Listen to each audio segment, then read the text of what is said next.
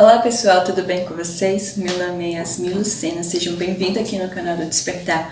Mas se você ainda não é inscrito no nosso canal, se inscreva, ative o sininho para receber todas as nossas notificações e já deixa aqui o seu like e compartilhe desse vídeo com as outras pessoas, beleza? Bom, o tema de hoje é amor versus justiça de Deus. Mas para o início, eu quero explicar para vocês que Deus, dentre vários atributos que Ele possui, nós iremos estudar dois, que é o amor e a justiça dele. É importante ressaltar que o Senhor ele não entra em conflito consigo mesmo. Então, ou seja, lá em Tiago 1,17 diz que o Senhor ele não tem variações, ele é imutável. Então, ou seja, o amor e a justiça dele não entram em conflito, ele consegue trabalhar de modo harmônico, que esteja em perfeito equilíbrio. E quando eu estava estudando sobre esse tema, eu me questionei o seguinte: então como é que o Senhor ele consegue deixar o amor dele e a justiça dele trabalharem em tão perfeita harmonia? Mas para isso, para entendermos essa questão, nós devemos estudar. Eu vou abordar a história de Jonas aqui para vocês. O Senhor, no início do capítulo, Deus ele convoca Jonas para pregar para a cidade de Nínive. Pois naquela cidade o pecado daquelas pessoas tinha chegado até as alturas onde o Senhor ele estava. Então o Senhor estava irado. Ele iria derramar a justiça dele sobre aquelas pessoas. Mas todos nós já sabemos que a princípio Jonas iria tentar fugir da presença do Senhor. E eu não irei contar a história toda aqui, mas só quero focar no seguinte: que depois que passou toda aquela história, Jonas, ao chegar na cidade, ele viu que a cidade era enorme e que levaria 3 dias para percorrer todo o trajeto. Então Jonas pensou o seguinte: eu não darei 40 dias para essa cidade estar totalmente subvertida, então, ou seja, destruída, porque a justiça de Deus iria cair sobre aquelas pessoas. E Jonas, ele pensou o seguinte também: que aquelas pessoas não iriam se converter dos seus maus caminhos, por isso que a justiça de Deus iria cair sobre eles. Mas não foi isso que aconteceu. Logo depois que Jonas começou a pregar pela cidade, as pessoas reconheceram do poder de Deus, reconheceram que eram pecadores e estavam prestes a experimentar a ira de um Deus que iria cair sobre eles. Então eles se converteram, se arrependeram dos seus maus caminhos. Então o Senhor, ele vendo os corações das pessoas, ele viu um verdadeiro arrependimento e que aquelas pessoas estavam tentando mudar, que não queria que o Senhor, que a ira do Senhor caísse sobre elas, sabe? E aqui no versículo 10 do capítulo 3 de Jonas diz o seguinte: e Deus viu as obras deles, como se converteram do seu mau caminho. E Deus se arrependeu do mal que tinha anunciado que lhes faria, e não o fez. Então aqui nós vemos o Deus amoroso.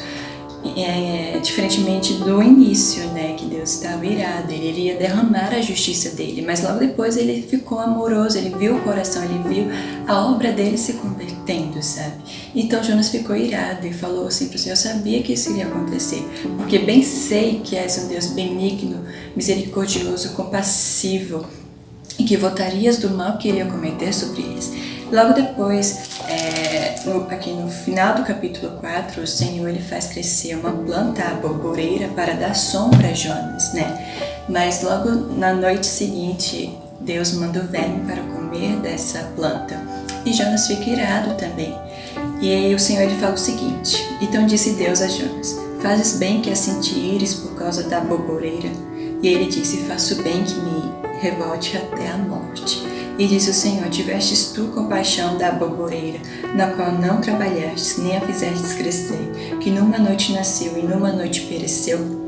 E não hei de eu ter compaixão da grande cidade de Nínive, em que estão mais de 120.000 pessoas, que não sabem discernir entre a sua mão direita e a sua mão esquerda, e também muitos animais. Então, ou seja, Deus falou o seguinte: Jonas, você não acha que eu vou me compadecer da minha criação, que não sabe discernir, que somos tão limitados? E o Senhor ele tem cuidado da gente. Mas para entendermos mais sobre essa questão, eu quero voltar lá no início, onde Deus fala em 1 Gênesis 26, 27 o seguinte: e disse Deus: façamos o homem à nossa imagem, conforme a nossa semelhança, e domine sobre os peixes do mar, e sobre as aves dos céus, e sobre o gado, e sobre toda a terra, e sobre todo réptil que se move sobre a terra. E criou Deus o homem à sua imagem, a imagem de Deus o criou, o homem e a mulher os criou. Então nós vemos aqui uma idealização de um plano que Deus ainda iria concretizar. Que o Senhor, ao formar Adão, formou de acordo com a sua imagem, de acordo com a sua semelhança. Então nós temos aqui um plano original perfeito, um plano santo, com pureza, com inocência no homem, né? E sem contar que Adão e Eva, eles tinham direto acesso com Deus. E logo tudo isso acaba quando há a caída do homem. Mas antes mesmo disso tudo acontecer, antes mesmo de Deus criar o mundo, de criar o universo, tudo que nele há, ele sabia que o homem iria cair, que o pecado tomaria conta do homem. Mas ele teve que ter uma decisão, uma solução para o problema, porque com o pecado trouxe a morte, e a morte, ela traz essa ruptura com o nosso espírito com o de Deus. Então, essa única solução que Deus teve foi enviar o seu Filho Jesus para morrer na cruz pelos nossos pecados, para restaurar a nossa comunicação com Deus novamente, né? Aqui nós vemos então que o Senhor, com o pecado que Adão cometeu, ele queria os perdoar por amor, mas a sua justiça teria que sobressair, pois assim o Senhor não podia negar a sua justiça pelo amor, pois havia um preço a ser pago, e esse preço que teria que ser pago é a morte, né? Mas o Senhor, ele teve que enviar o seu Filho Jesus para morrer na cruz pelos nossos pecados e até então reconciliar-nos novamente. Então nós vemos aqui que Jesus, ele é o perfeito elo, ele que intermedia entre o amor e a justiça de Deus, como nós veremos a seguir, né?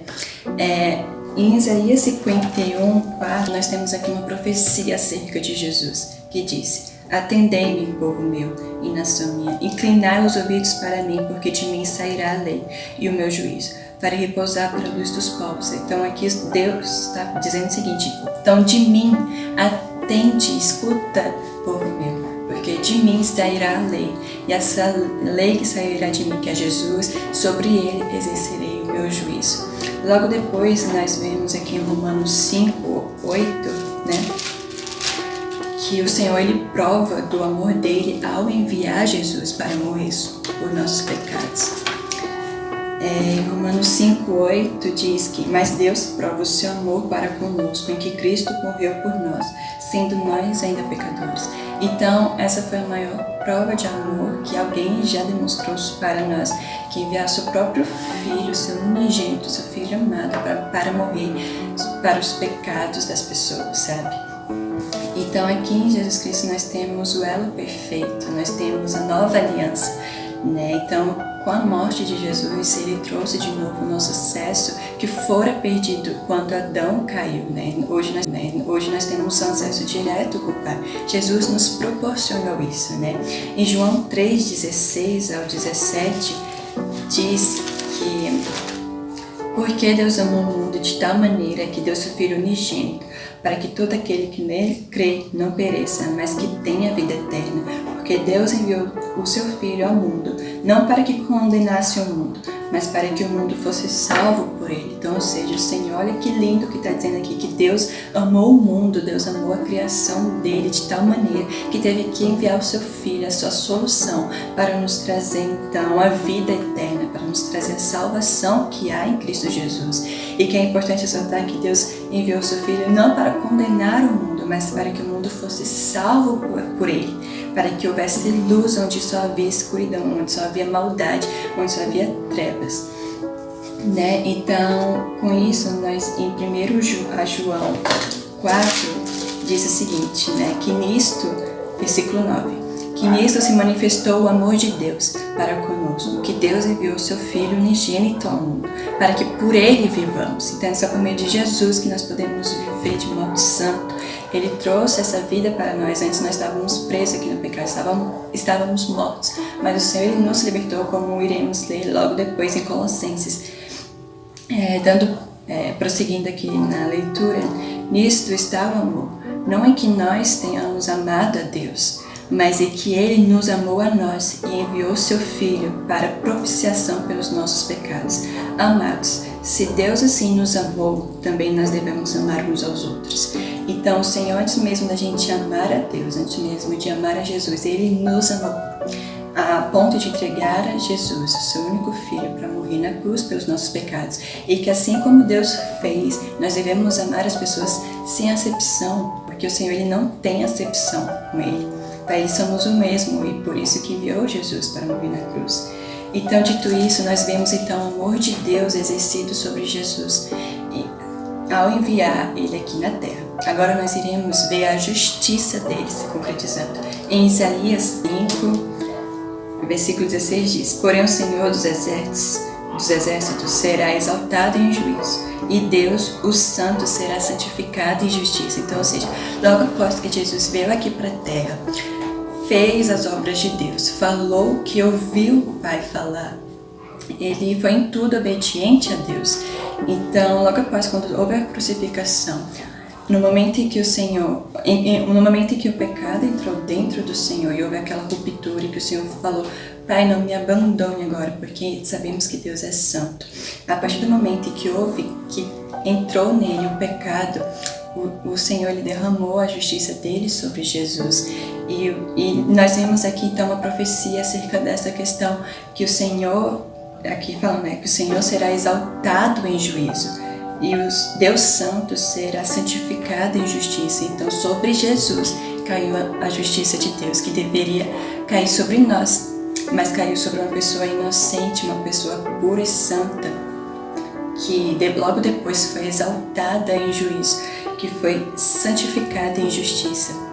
Logo depois nós temos aqui Colossenses 2:14, que diz: Havendo riscado a cédula que era contra nós, nas suas ordenanças, a qual de alguma maneira nos era contrária, e a tirou do meio de nós, cravando-a na cruz. Então Jesus cravou os nossos pecados naquela cruz. Hoje nós não somos mais dominados pelo pecado, porque o Senhor ele nos libertou, Ele pagou o preço por nós, onde era pra gente ter pago, né? Ele pagou o preço que foi a morte, mas Ele ressuscitou ao terceiro dia e hoje está com o Senhor, né? E em Romanos 3:21 diz que: Mas agora se manifestou sem a lei a justiça de Deus, tendo o testemunho da lei dos profetas, isto é, a justiça de Deus pela fé em Jesus Cristo, para todos e sobre todos os que creem, porque não há diferença, como diz o Senhor, Ele não faz acepção de pessoas, porque todos pecaram e destituídos estão da glória de Deus, sendo justificados gratuitamente pela sua graça, pela redenção que há em Cristo Jesus, ao qual Deus propôs para propiciação pela fé no seu sangue, para demonstrar a sua justiça pela remissão dos pecados dantes cometidos, sob a paciência de Deus, para a demonstração da sua justiça neste tempo presente, para que Ele seja justo e justificador daquele que tem fé em Jesus. Então nós vemos aqui em Jesus o equilíbrio do amor e da justiça de Deus, porque Deus exerceu o amor dele ao enviar Jesus para morrer sobre nós, e exerceu a justiça dele sobre Jesus, porque Jesus, ele morreu, mas ressuscitou e está com Deus, e por meio de Cristo nós somos reconciliados novamente com o Pai. Através de Jesus nós temos o direto acesso com Deus, o que fora perdido quando Adão e Eva caíram. Então Jesus ele nos proporciona isso, nós temos uma comunhão com Cristo, então nós devemos aproveitar dessa oportunidade de nos entregar a Jesus, de reconhecer o Senhor sobre as nossas vidas e de participar desse perdão que fora tão alto, sabe? O preço que foi tão alto a ser pago naquela cruz, que foi a vida do seu único filho.